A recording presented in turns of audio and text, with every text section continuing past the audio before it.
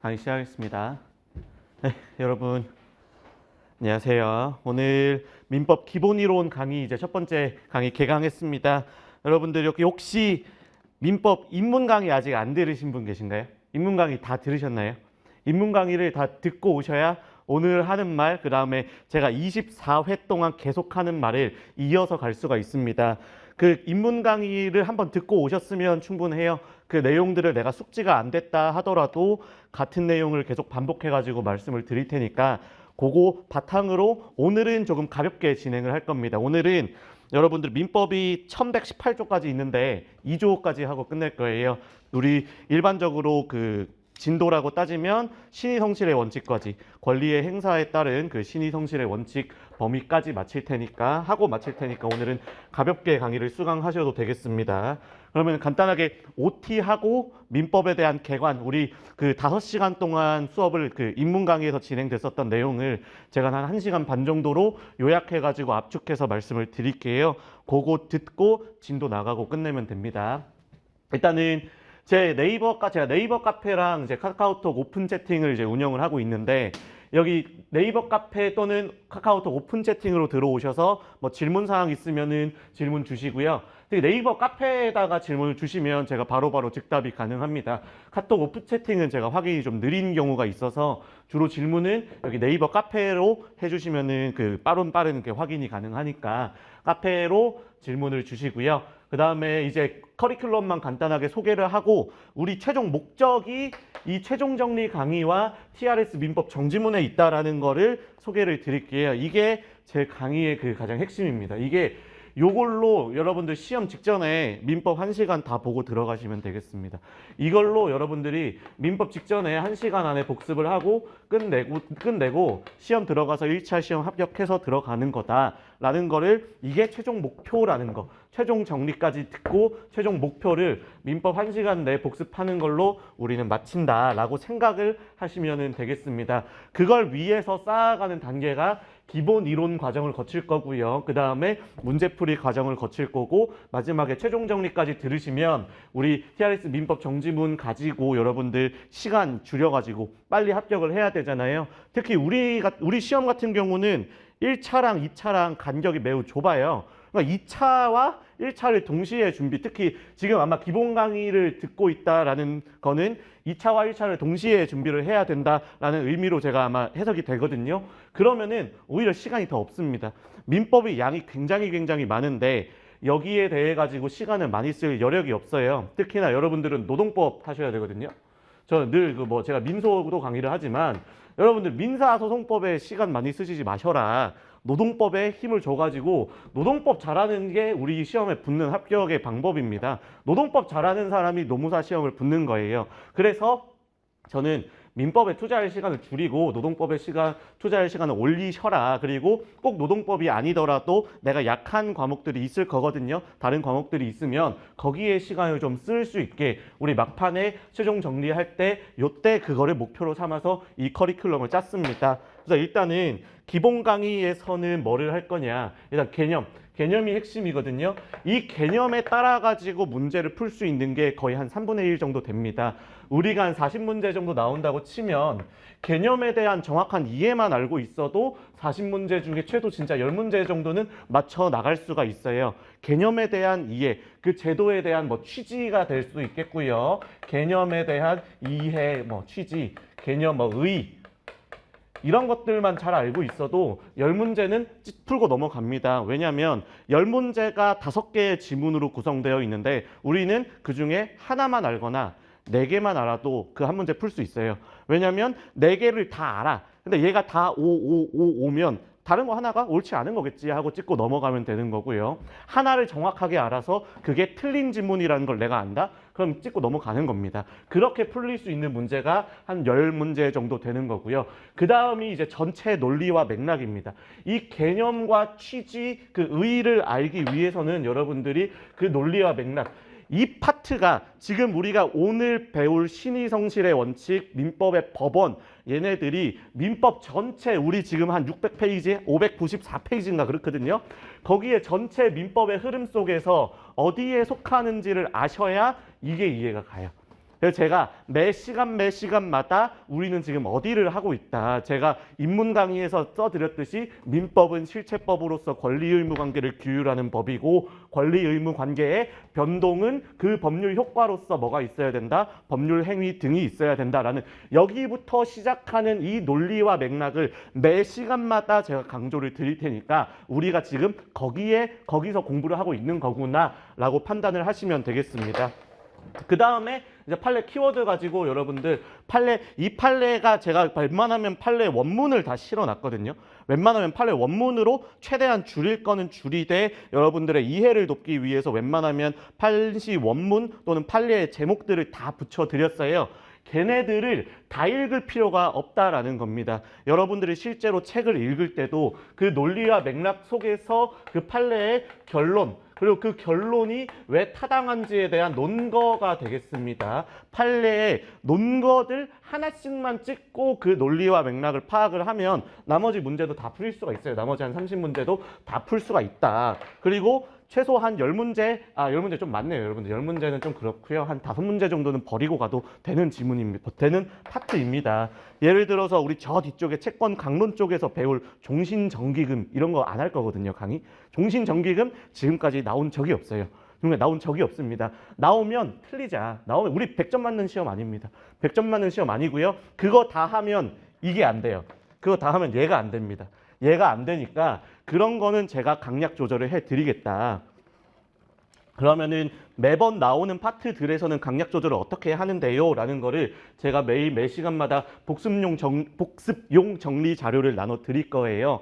그걸로 여러분들이 복습을 하시면서 이 지난 시간에 배운 내용들이 이거였구나라고 복습을 하시면 좋겠습니다. 그 다음에 오지선다 과제. 이 핵심 키워드로 여러분들이 이 지문이 실제로 풀리는지를 보셔야 돼요. 그 수업을 들은 내용만으로도 내가 1, 2, 3, 4, 5 있는 그 오지선다 과제가 풀리는지 만약에 얘가 안 풀려, 얘가 좀 익숙하지가 않다. 그러면은 여러분들이 개념이 이해가 잘 안 간다든지 아니면 논리와 맥락이 부족한다든지 그 판례가 왜 타당한지 그 논거 하나를 아직 받아들이지 못한 상태이거든요. 그래도 괜찮습니다. 지금 당장 여기서 이게 다 되면 이 과정이 필요가 없는 거예요. 그럼 이걸 들으실 필요가 없는 거고요. 이거를 하기 위해서 우리가 지금 기본 이론 단계에 있는 거니까 차근차근 밟아 가시면 되겠습니다. 제가 이때도 같은 내용 할 거고요. 이때도 같은 내용 할 겁니다. 그러니까 우리가 기본 이론 강의에서 챙겨가야 될 필수적인 내용들만 모아놓은, 즉 이 민법의 맥 594페이지에 해당하는 민법의 맥을 압축적으로 읽고 빠르게 회독하기 위해서 제가 강약 조절을 하는 자료를 매일매일 나눠 드릴게요. 그래서 오늘은 두 개가 없습니다. 오늘은 오지선다 과제도 없고요. 복습용 정리자료 과제도 없는데 내일부터는 오지선다 과제, 즉 내일까지 나간 범위와 오늘 나간 범위, 내일까지 나간 범위의 오지선다 과제 많이도 안 드릴 겁니다. 한 진도별로 맞춰가지고 진도별로 한 5문제? 근데 진도별로 5문제도 버거울 수가 있는 게 처음에는 지금 민법의 민자도 모르고 조문이 어떻게 구성되어 있는지도 모르는데 이게 조문으로 구성된 지문이 있고 판례로 구성된 지문이 있고 그 다음에 위에서 말씀드린 것처럼 개념으로 푸는 문제가 있더라. 이 지문들 다 합치면 한 25문제 되거든요. 이것만 가져가셔도 여러분들 기본 이론에서 성공하는 거다. 그래서 이런 식으로 강약 조절을 제가 해드릴게요. 그리고 문제풀이 강의에 대해서 이게 어떻게 보면은 예로 가기 위한 이제 핵심인데 문제풀이 강의는 교재가 2개입니다. 정지문이라는 강의가 있고 핵심 지문의 맥이라는 강의가 있어요. 요게 이제 OX 책으로 구성이 되어 있는데 우리 11개념 노무사 문제는 다 들어가 있는 거고 그 다음에 이제 타시험 변리사든 간평사든 우리 산업인력공단에서 출제된 타시험 기출들도 제가 웬만하면 다 집어넣을 겁니다. 그러면서도 양 안 늘릴 거예요. 저는 여기에 들어있는 지문이 올해 들어가 있었던 지문이 단일 지문 번호로는 한 970 몇 번, 974번인가까지고 기니디리를 합치면 한 1070 몇 지문 되거든요. 저 이 지문 개수 그대로 가져갈 겁니다. 이것만 가져가시고 여기 나와 있는 것만 잘 챙겨 가셔도 우리 최종 정리 민법 1시간 복습해서 우리 시험에서 60점 이상 넘는 거 일도 아닙니다. 그래서 60점도 간당간당하게 넘는 게 아니고 70점 이상으로 제가 좀 넉넉하게 여러분들 그 불안함 없이 넉넉하게 합격을 시켜드리겠다라는 말씀 드리고 오늘 OT는 여기서 마칠게요. OT는 네, 길게 할 필요가 없을 것 같아서 길게 할 필요도 없고 우리 중요한 내용부터 이제 시작을 하겠습니다. 요거는 그래서 요 정도로 이제 진도가 계속 나갈 거다. 하루에 한 24페이지, 25페이지 정도 진도가 나갈 거예요. 근데 거기에 들어가 있는 판례들의 양이 어마어마할 겁니다. 이거 다 읽기도 벅찰 거예요. 처음에 읽을 때. 또 지금 제가 알기로 오후에 그 이수진 변호사님께서 지금 노동법 강의하시는 걸로 알고 있거든요. 아마 그 강의까지 병행을 하시는 분들은 이거 복습이 안 될 거예요. 오늘 민법 복습이 안 될 겁니다. 그래서 제가 강약 조절해드리는 것만이라도 뭐 하루에 1시간이라도 이렇게 보고 얘랑 얘를 활용해가지고 그렇게 1시간만이라도 좀 투자를 해달라. 어차피 우리가 민법을 회독할 시간은 충분히 그 후에도 나옵니다. 그래서 민법의 맥으로 복습을 하시되 내가 도저히 시간이 안 난다 그러면은 이거랑 얘 두 개를 활용해서 이 책에서 좀 발췌독을 하는 식으로 그 활용을 해주시면 좋겠습니다. 그래서 여러분들은 강의를 들으실 때 반드시 얘네 세 개를 꼭 챙겨 가주시면 되겠어요. 팔짱 끼고 수업 들으셔도 됩니다. 다만 들으시되 이 개념이 뭔지 그 다음에 그게 어떻게 이어지는지 그리고 그 핵심 키워드 그게 왜 타당한지라는 논거를 꼭 하나씩을 챙겨 가주시면 좋겠어요. 그게 거기서 이제 필요한 게 우리가 인문 강의에서 배웠었던 최소한의 기본 용어이고요. 그래서 그렇게 보고 바로 강의 진행하겠습니다. 네, 10분 지났으니까 이렇게 지우고 그럼 여기까지 지우고 이제 강의를 한번 진행해 보겠습니다. 여러분들 우리 인문 강의 때 제가 말씀드린 대로 인문 강의에서 배웠었던 한 5시간 정도 되는 내용을 지금 이제 한 50분 정도 안에 한번 요약을 해서 그걸 가지고 오늘 진도를 이어서 나가 보겠습니다. 이거는 여러분들 제가 이렇게 전체 논리와 맥락을 잡아드리는 건 필기하실 필요도 없고요. 왜냐하면 이거 자체가 지문으로 우리 시험에 나오지는 않아요. 근데 그 지문을 파악하기 위한 진도 범위 내에 있더라. 그래서 그거를 반드시 여러분들 찍고 가셔야 됩니다. 자, 가볼까요? 민법은 여러분들 일반 사법으로서 이 사법이란 말과 구별되는 게 이제 공법이라는 개념인데 공법은 공익을 위한 법, 국가와 국민 또는 국가기관과 국가기관을 위한 그 사이의 관계를 규율하는 법을 공법이라고 하거든요. 공익을 위한 법. 근데 사법은 사익을 위한 법입니다. 그러니까 규율하는 관계 자체가 사인과 사인 사이의 관계를 규율하는 게 민법이더라. 그리고 민법은 일반 사법으로서의 형식, 성질도 가지고 있지만 민법은 핵심, 요게 제일 중요하다고 말씀드렸습니다. 실체법입니다. 실체라는 의미는 인문 강의 꼭 들으신 분들 제가 이거 한 100번 한 것 같은데 요 말 자체가 뭐와 동의어다? 권리, 의무와 동의어다. 그래서 이 말을 꼭 기억해 주세요. 이거를 놓치면 이제 안 됩니다. 권리, 의무. 그러니까 핵심은 일반 사법으로서의 실체법이기 때문에 사인과 사인, 마치 여러분들과 저처럼 지금 수강 계약을 맺고 지금 수강 들으러 오셨잖아요. 여러분들은 저에게 어떠한 권리를 갖죠? 강의 좀 제대로 해봐 라고 하는 권리를 가지고 저는 어떤 권리를 가지죠? 수강료 주세요. 그럼 제가 제대로 할게요 라는 권리를 가집니다. 이런 식으로 국가기관이 배제된, 국가라는 개념이 배제된 그냥 우리 같은 일반 사람들 사이에 권리 의무 관계를 규율하는 게 실체법으로서 민법이더라. 그리고 여러분들 요 실체법상, 그래서 실체법상 권리 의무 관계 이렇게도 표현을 합니다. 요 말 자체를 다시 또 같은 말로 바꿔서 표현을 하면 이 실체법상 권리 의무 관계를 뭐라고 하는데 이게 여러분들 법률 관계입니다. 법률 관계예요.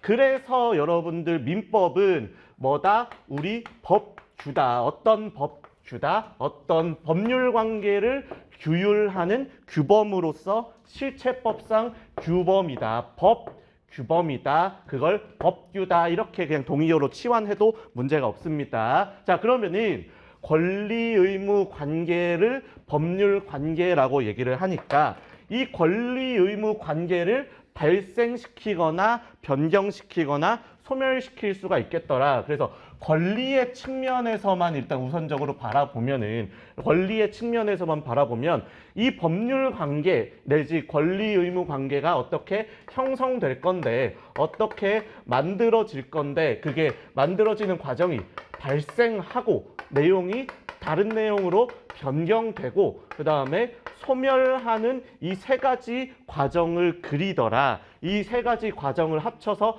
변동이라고 얘기를 하고요. 이 변동이라고 얘기를 하고 이게 곧바로 이제 우리가 민법 한 민총 중반 정도에서 배울 권리 변동이라고 합니다. 야, 권리 변동은 뭐겠어요? 권리 의무 관계가 변동되는 거다. 즉 권리가 발생, 권리 의무 관계가 발생하거나 내용이 변경되거나 아니면 사라지는, 소멸하는 측면에서 권리 변동이라고 줄여서 말을 하고 이거 자체를 여러분들 요 법률 관계 측면에서 보면 법률 관계가 변동하는 효과더라. 그래서 법률 효과라고 제가 말을 이렇게 줄여서 표현을 한다 그랬죠. 이게 곧 법률 효과다. 여러분들이 법률 효과가 발생한다, 법률 효과가 발생한다 이런 말. 계약을 체결하면 법률 효과가 발생한다라는 의미를 계약을 체결하면 권리 의무 관계가 발생, 변경, 소멸한다라고 읽어주시면 되겠습니다. 그러면은 이 법률 효과잖아요. 효과라는 특정한 결과가 발생하기 위해서는 다시 돌아와서 여기에 특정한 원인이 있어야 되겠더라. 그 원인 내지 필요한 조건을 우리 법에서는 요건이란 말로 많이 씁니다. 그러니까 특정한 요건을 갖추면 특정한 효과가 발생을 하는데 법률 관계가 변동하는 효과가 발생하기 위한 요건 자체를 여기 앞에다가 또 여러분들 법률이라고 써주시면 되겠죠.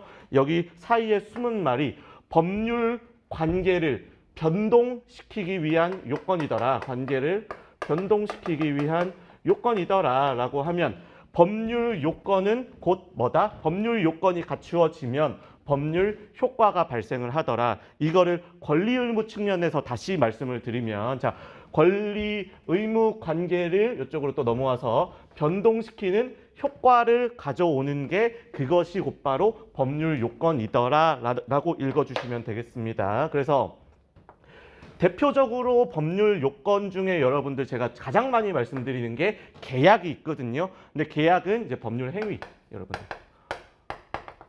당사자의 행위, 우리 여러분들과 저의 행위에 따라 가지고 권리와 의무가 발생하는 게 있더라. 그 중에서 대표적인 게 이제 계약이라고 말씀을 드렸고요. 그 다음에 법률 행위, 즉 법률 관계를 변동시키는 행위, 법률 관계를 변동시키는 행위가 아니더라도 법률의 규정에 따라 가지고 발생하는 것들이 있더라. 법률의 규정에 따라서 발생하는 것이 있더라. 즉 여러분들이 직접적인 특정한 행위를 하지 않더라도 저와 특정한 계약을 체결하지 않더라도 뭐가 발생하는 경우가 있다? 권리 내지 의무가 발생하는 경우가 있더라. 그것이 대표적으로 제가 인문 강의 때 예시를 들었던 게 법률의 규정상 인정되는 뭐 소멸시효 뭐 이런 제도가 있거든요. 소멸시효라는 제도가 있고 또 우리 권리 측면에서 보면은 부당이득 반환 청구.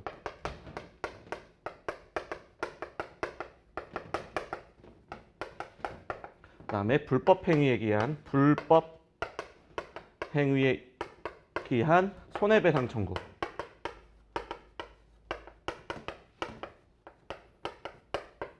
이거는 여러분들 뭐에 의하지 않았다? 법률 행위. 특히 이 법률 행위는 법률 관계, 권리 의무 관계를 변동시키는 행위로서 핵심 내용이 여러분들 당사자의 의사표시가 반드시 들어가야 된다라고 말씀을 드렸는데 이 의사표시가 굉장히 중요합니다. 왜냐하면 여러분들 계약, 우리 사적 자치의 원칙, 민법의 핵심 원칙인 사적 자치의 원칙상 인정되는 계약 자유의 원칙, 계약 체결할지 말지, 상대방 누구랑 계약을 체결할지, 아니면 어떤 내용으로 월세로 할 거야, 전세로 할 거야 라고 하는 그런 내용, 그 다음에 최상대방 내용, 그 다음에 방식, 문서로 할 건지 구두로 할 건지, 그런 계약 체결의 자유, 그리고 그 계약을 자유롭게 너의 의사대로 체결했니? 그럼 그에 따라 왜? 너의 의사대로 했으니까, 권리와 의무가 발생을 하고, 그게 단순한 권리 의무가 아니라 뭐 도덕적인 권리 의무가 아니라 법률이야. 야, 강제성 있는 법률에 해당하는 거야. 그러니까 그 권리 내지 의무를 지키지 않는다. 특히 뭐 의무를 지키지 않는다. 의무를 따르지 않으면 여러분들은 이제 큰형님, 법원님을 모시고 와서 강제로 그 사람의 재산에 집행해서 여러분들의 권리를 만족시킬 수 있는 강력한 힘을 가지게 되더라. 그러니까 법률 행위, 특히 계약 같은 경우는 여러분들의 의사표시를 필수 불가결의 요소로 할 수밖에 없다. 근데 법률의 규정은 그런 의사표시가 필요하지가 않다. 그 중에 대표적인 게 뭐 얘네 둘, 그 다음에 뭐 소멸시효와 같은 제도가 있습니다. 그래서 여기까지가 대체로 제가 이제 입문 강의에서 말씀드렸던 내용이고요. 그 다음에 이제 권리의 내용을 보면 이제 권리의 종류죠. 종류를 구별하는 기준으로서 첫 번째 내용, 권리의 내용에 따른 분류가 있더라. 첫 번째 내용, 권리의 내용에 따라 가지고 재산권, 인격권, 뭐 사원권 이런 것들이 있는데 그런 것들 중에서 대표적인 게 재산권. 우리는 재산관계, 여러분들 핵심 소유권 절대의 원칙에 따라서 여러분들 소유의 그 재산들에 관련된 우리 권리가 있는데 그거를 구별하는 것이 채권이라는 권리와 물권이라는 행위가 있겠더라. 그러니까 여러분들 여기서 또 이어지면 채권이라는 행위를 발생시키는 행위가 있을 거고 물권이라는 아이고 여기 행위가 쓰면 안 되네요. 물권이라는 권리를 발생시키는 행위가 있겠다. 여러분들 권리를 발생시키는 행위 뭐예요? 이쪽으로 돌아와서 법률 행위입니다. 법률 관계를 변동시키는 행위잖아요.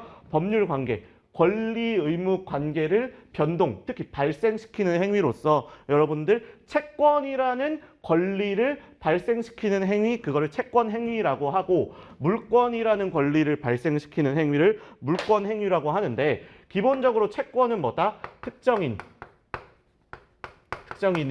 특정인에게 그다음에 요구 내지 요청할 수 있는 권리이고요. 물권은 여러분들 물건을 직접 지배하는 권리이더라. 그래서 엄청나게 강력한 권리입니다. 소유권 절대 원칙, 우리 민법의 기본 원칙으로서 소유권, 물권 중에 대표적인 게 소유권이고 가장 강력한 물건을 직접 지배하는 권리가 소유권이거든요. 소유권 절대의 원칙상 여러분들은 소유권 절대의 원칙에 비추어 봤을 때 물권은 진짜로 엄청나게 강력한 권리이다. 그에 반해서 채권 같은 경우는 특정인이 특정인에게 어떠한 행위든 내용을 요구할 수 있는 행위에 불과하다. 그래서 얘가 엄청나게 강력한 행위고 얘는 가벼운 행위다 라고만 읽어주시면 되겠고요. 소유권 살짝 지우고 이쪽으로. 그 다음에 내용, 그 다음에 이제 정도. 뭐 효력이라고 표현하겠습니다. 효력에 비추어 봤을 때 여러분들 청구권, 형성권, 그다음에 항변권 이렇게 구별이 되겠더라. 이 청구권이라는 거는 여러분들 얘가 얘예요.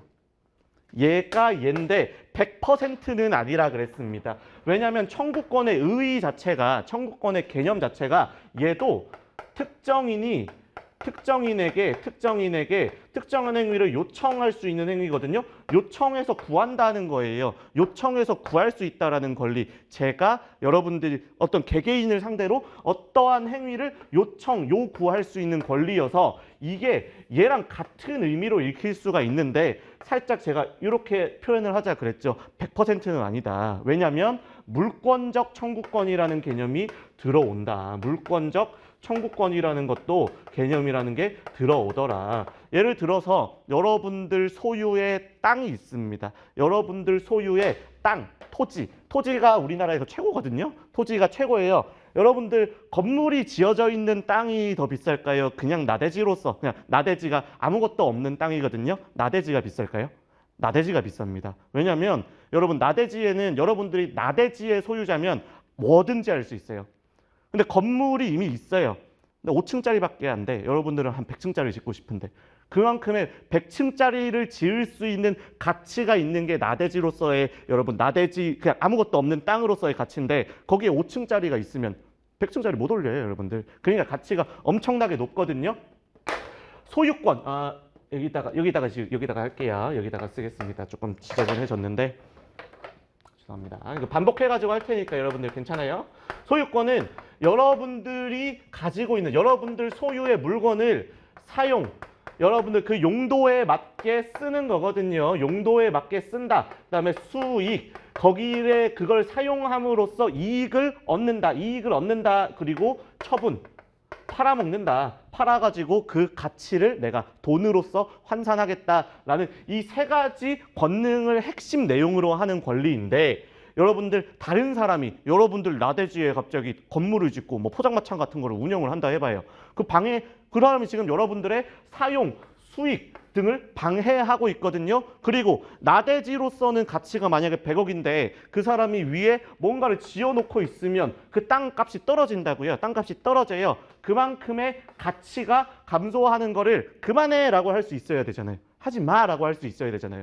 그래서 물권적 청구권이라는 개념이 들어옵니다. 여러분들이 물건을 직접 지배하는 이 물권을 방해하는 사람, 그 특정인을 상대로 여러분들과 같은 땅 소유자인 특정인이 그걸 방해하는 사람을 상대로 그거 하지 마. 야, 내 땅에서 나가.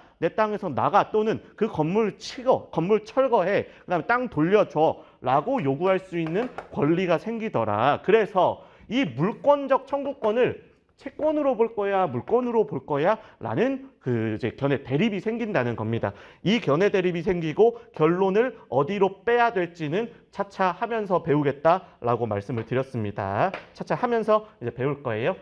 자, 여기까지 왔다.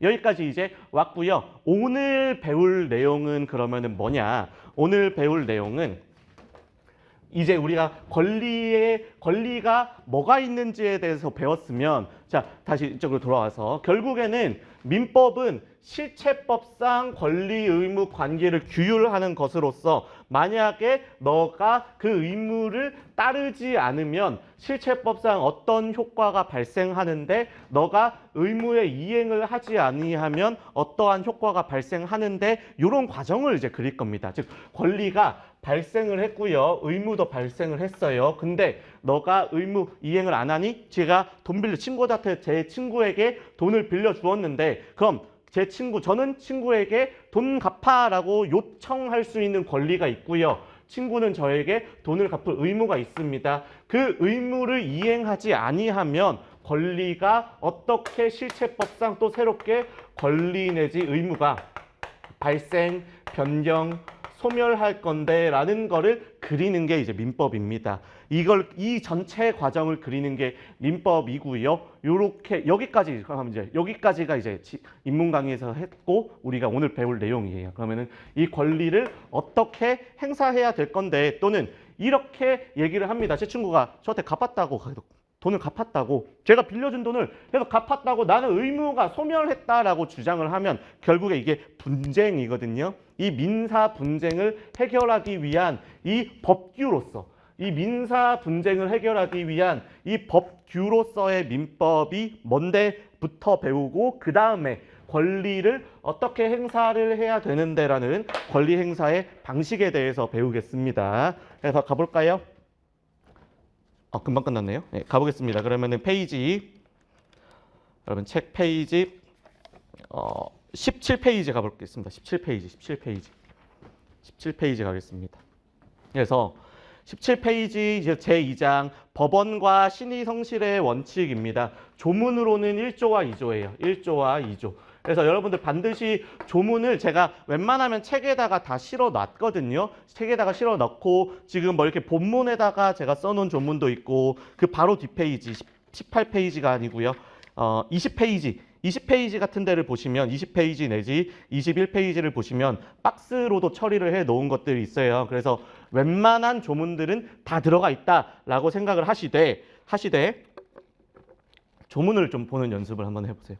조문을 살펴보면서 내가 이 조문이 어디 파트에 숨어 있구나, 어디 파트에 나와 있구나가 다 이게 조문을 보면서 우리가 익힐 수 있는 과정이 있거든요. 그래서 반드시 여러분들 우리 책에서 우리 수업 시간에 조문을 보는 연습을 조금 하세요. 제가 그래서 조문을 찾는 시간을 조금 한 5초씩은 드리겠습니다. 그래서 볼까요? 민법의 법 1. 그러면은 우리가 민법이 실체법으로서의 법이라는 것도 배웠고 일반 사법으로서의 법이라는 것도 배웠는데 여기서 우리가 기본 강의 때 제가 살짝 언급하고 들어간 내용이 뭐냐? 우리 민법을 분류를 할 때 형식적 의미의 법, 그 민법과 실질적 의미의 법, 민법을 배웠습니다. 그래서 형식적 의미의 법, 민법은 뭐고 실질적 의미의 민법은 뭐냐에 대해서 배웠는데 실질적 의미의 민법은 결국에 사인과 사인 간의 관계를 권리 의무 관계를 규율하면 그냥 다 민법이 된다라는 의미입니다.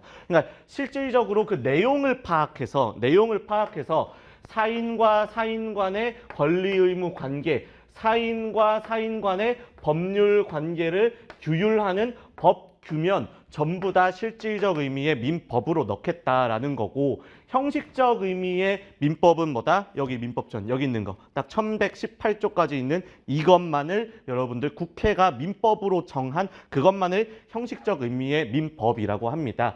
그러면은 제가 말씀드린 대로 이 민법상 사인과 사인, 저와 제 친구 사이에 돈을 갚니 마니에 대한 분쟁이 생겼을 때 그 분쟁을 해결하는 기준, 분쟁 해결의 기준,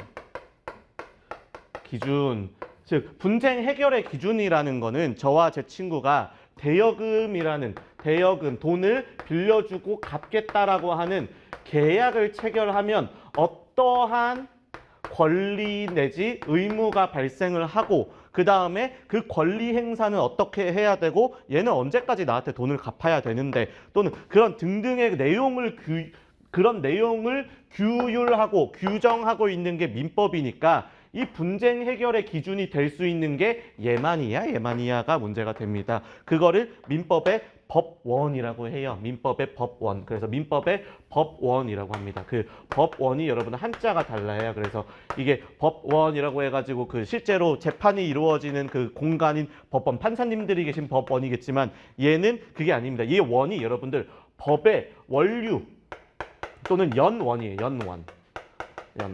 즉 분쟁의 해결 기준이 될 수 있는 민법으로서 그 법의 원류 내지 연원으로서의 법원이 뭔데를 이제 배울 겁니다. 얘는 크게 어렵지 않아요. 얘는 여러분들 1조를 펼쳐보시면 되겠습니다. 민법 제1조. 민법 제1조에 나와 있어요.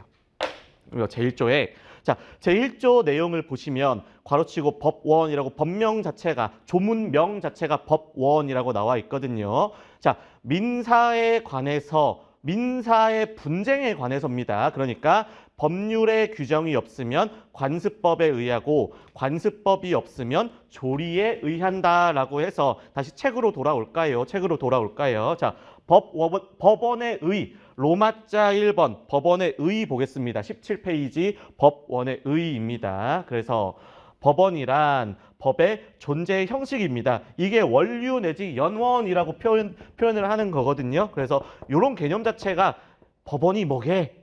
안 물어봅니다. 법원이 뭐야? 너 법원 알아? 그게 아니라 법원 중에 뭐는 민법의 법원이 된다 아니냐 그렇게 물어보는 형식으로 문제가 나오는 건데 그게 아직까지도 우리 시험에 문제가 안 나왔어요. 그래서 제가 딱 2개 설명드립니다. 2개 빼고 다 돼 라고 말씀드리겠습니다. 자, 핵심은 민법의 법원이란 민사 분쟁을 해결하는 기준, 즉 민사 분쟁을 해결하는 기준으로서 역할을 하는 게 뭔데라고 해서 그게 민법 제1조에 규정이 되어 있다라는 겁니다. 그래서 제1조의 의미 우리 앞에서 읽고 왔습니다. 다시 한번 볼까요? 그래서 민사에 관해서 첫 번째 법률, 민사에 관해서 첫 번째 법률의 규정이 없으면 관습법에 의하고 관습법의 규정이 없으면 조리에 의한다라고 해서 우리가 그럼 이제 오늘 법률과 관습법과 조리를 배우면 되겠네요. 자, 첫 번째로 민사의 분쟁 해결 기준, 분쟁 해결하는 기준으로서 첫 번째가 법률이 있대요. 법률이 있고 만약에 근데 법률이 살펴봤는데 법률이 없어요. 그러면은 여러분들 두 번째로 관습법에 의하고 관습법마저도 없다. 세 번째로 그 조리에 의한다라고 해서 대표적인 사건이 있었습니다. 우리 뒤에서 배울 거예요. 필기하실 필요도 없습니다. 필기하실 필요가 없어요. 자, 종중. 여러분들 종중 다 갖고 계실 겁니다. 제가 예천임씨 사직공파거든요. 하여튼 저희 공동선조를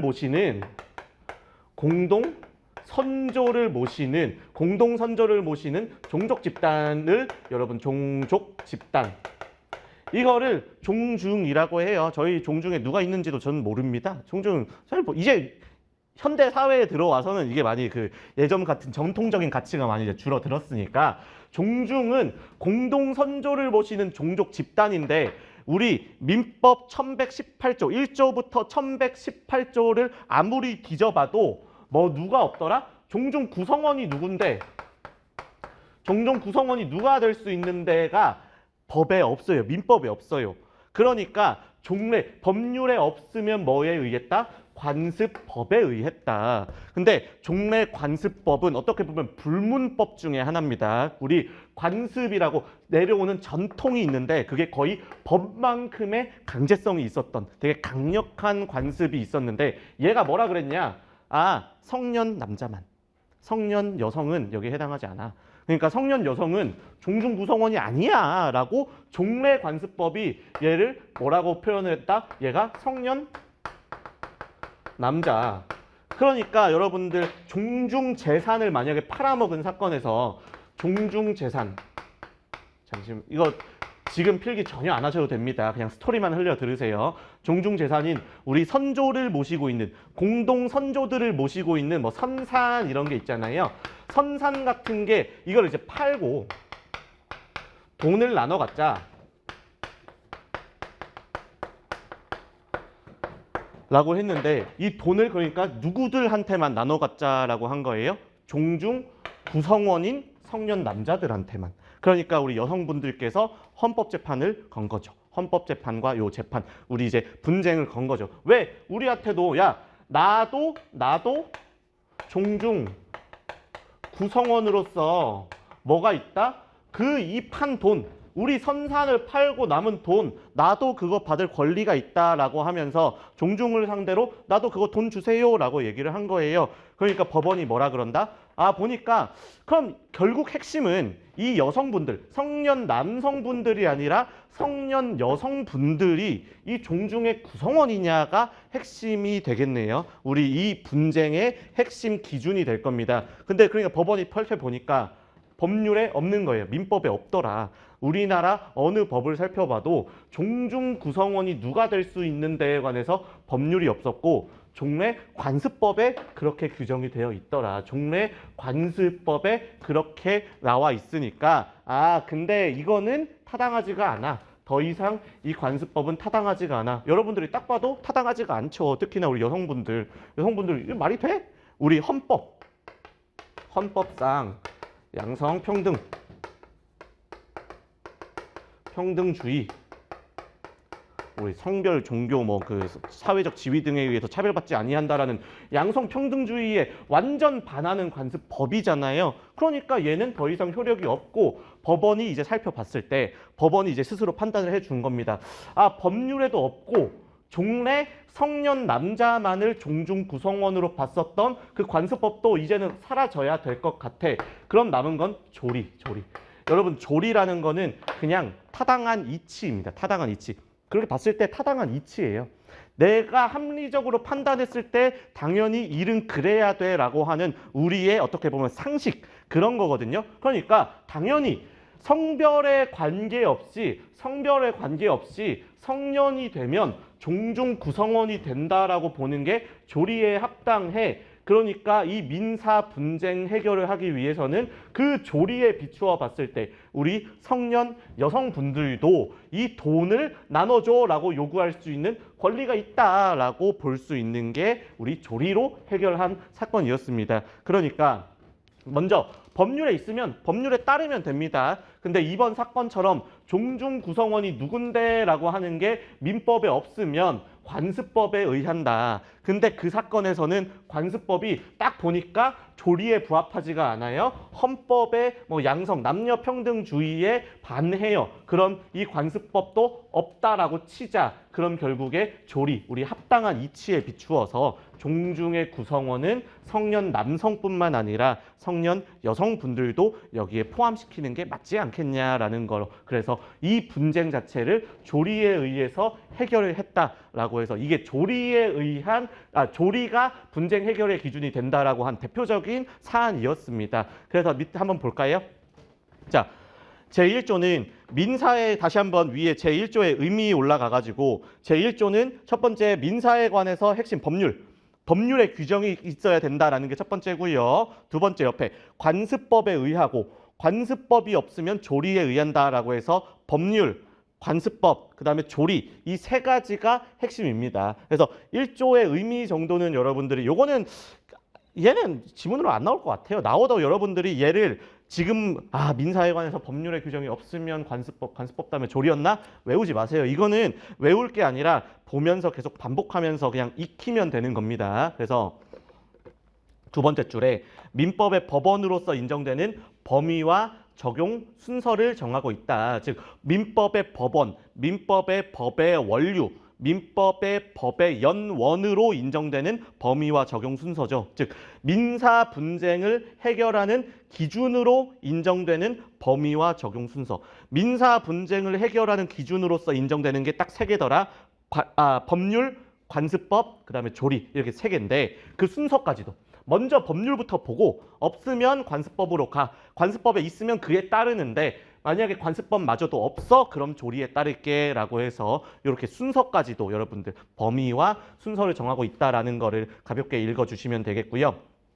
이제 성문민법인데요. 이 법률, 그래 민법에 규정이 없으면 관습법에 의한다고 하는데 그 민법 법률, 이 법률의 규정의 의미가 이 형식적 의미의 형식적 의미의 민법 1조부터 1118조까지를 의미를 하는 거냐 아니면 그러니까 형식적 의미의 민법만을 의미를 하는 거냐 우리 요 민법 전에 있는 얘만 의미를 하는 거냐 아니면 실질적인 민법도 다 포함을 하는 거냐라고 해가지고 그 밑에 의미가 이제 성문민법이라고 나와 있거든요. 그래서 제가 이거는 그 문제풀이 강의에서 다 두 문자 같은 거 따드리는데 미리 다 하겠습니다. 조금 익숙하시라고.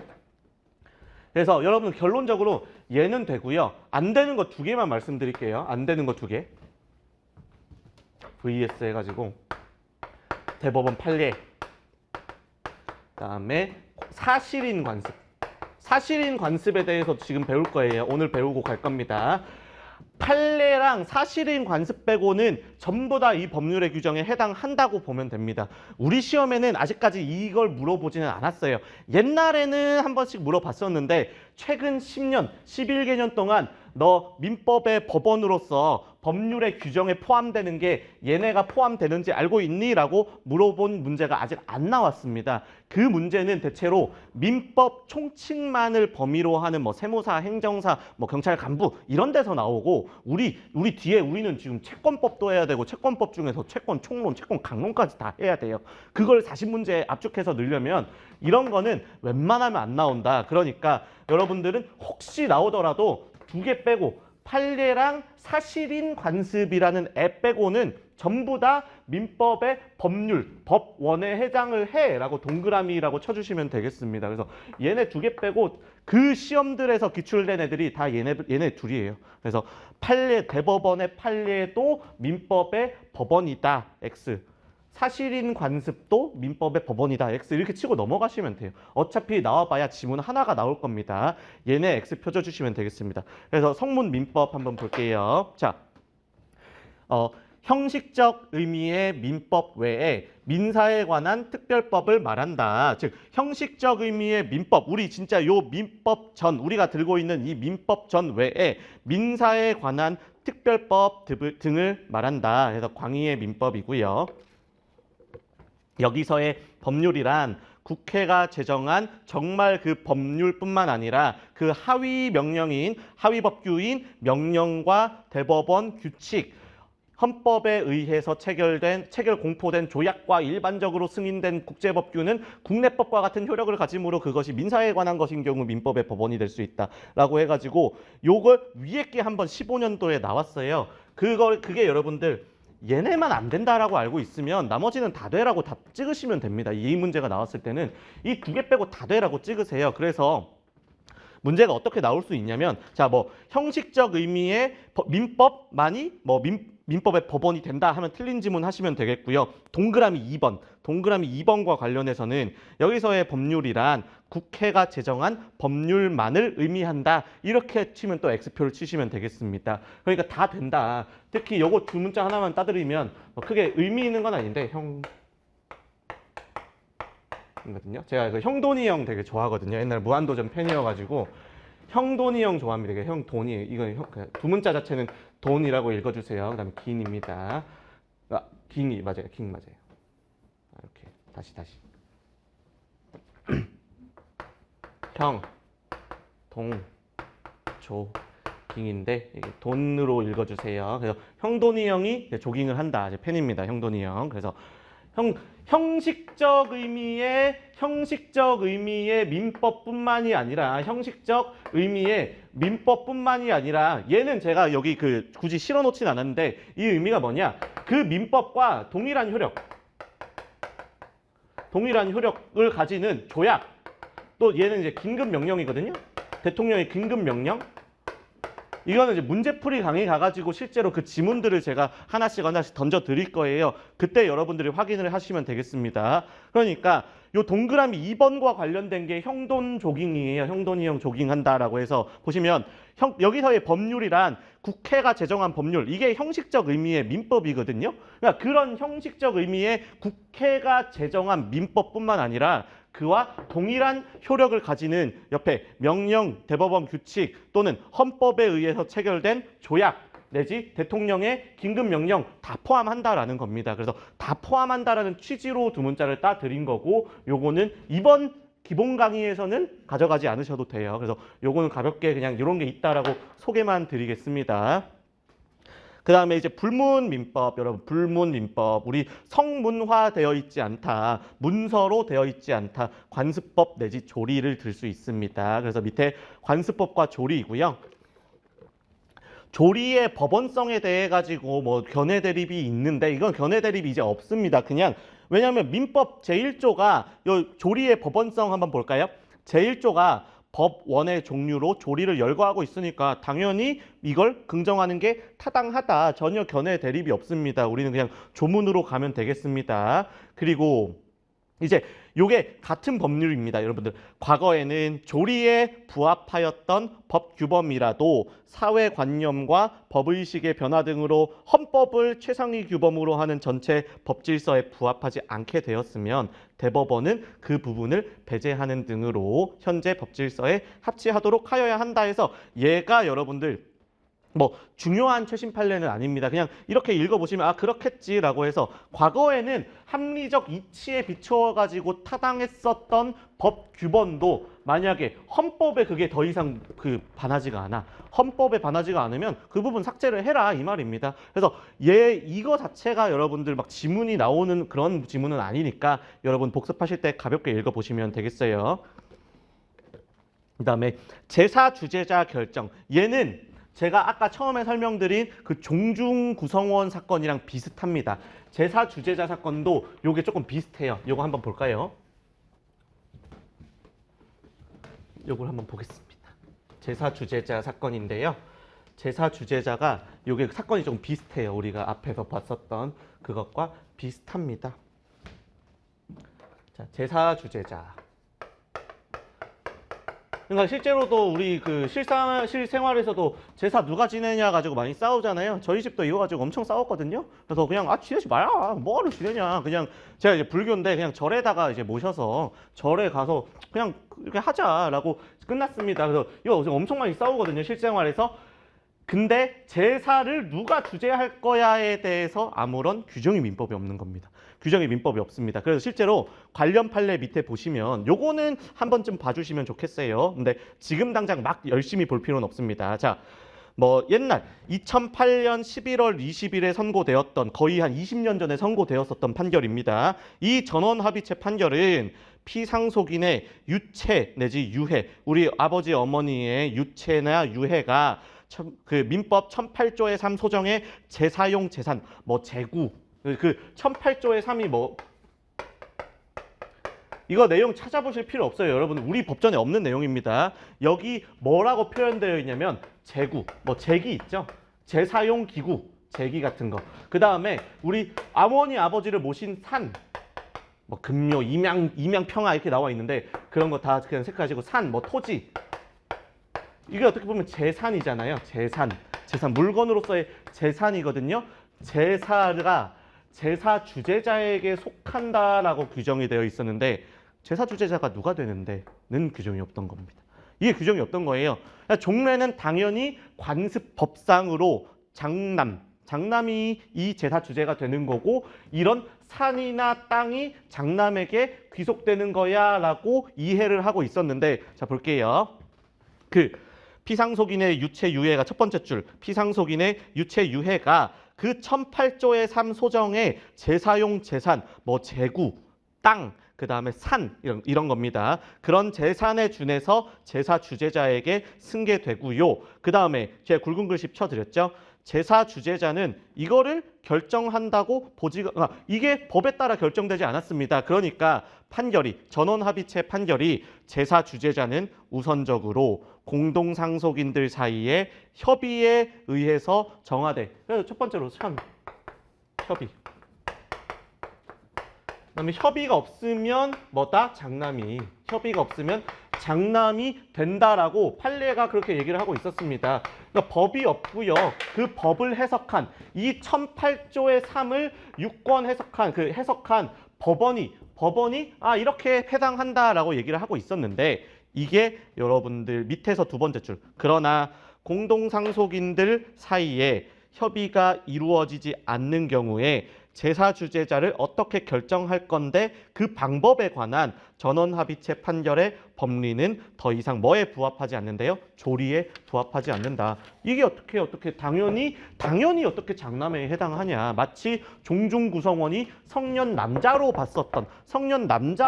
봤었던 그 판결이 더 이상 타당하지 않게 된 것과 마찬가지로 이것도 마찬가지입니다. 그래서 뒷페이지로 넘어가시면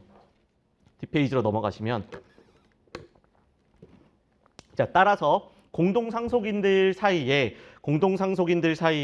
협의가 이루어지지 않으면 제사 주재자를 어떻게 정할까요? 협의. 그러니까 협의는 그대로 갑니다. 협의가 있으면 협의하는 대로 가면 돼요. 이게 협의한 대로 가면 타당하지. 문제가 안 생기니까. 근데 여러분들 그렇지 않는 한 두 번째 줄. 피상속인의 직계 비속 중 남녀 적서를 불문하고 최근친의 연장자가 그 제사 주재자가 된다고 보는 것이 가장 조리에 부합한다라고 해서 여러분들 직계 비속 이런 말도 어려우시죠? 직계 비속 이런 말 나오면은 여러분들 자식들이라고 생각하시면 되겠습니다. 자식들. 그다음에 직계 존속하면 부모님. 이렇게 생각하시면 되겠어요. 이 말도 한번 이번에 계속 반복될 거거든요. 직계 비속이라는 말이 되게 나올 거고 직계 존속이란 말이 계속해서 나올 건데 이런 말 자체를 여러분들 나올 때마다 제가 설명을 계속 반복해서 드릴 테니까 굳이 이거를 직계 존속은 어머니 아버지고 직계 비속은 자식들이고 이럴 필요가 없습니다. 그러니까 저희 아버지와 어머니가 이렇게 있을 거잖아요. 그러면 저와 저 누나 있거든요. 누나, 그다음에 나 임준기. 그 다음에 저희 어머니도 이제 아버지가 있을 거고 어머니가 있을 거고 저희 아버지도 어머니가 있을 거고 아버지가 있을 거고 어머니가 있을 거잖아요. 이 사람을 기준으로 직계 비속은 누가 되겠어요? 자식들. 그 다음에 직계 존속은 이렇게 갈 겁니다. 직계.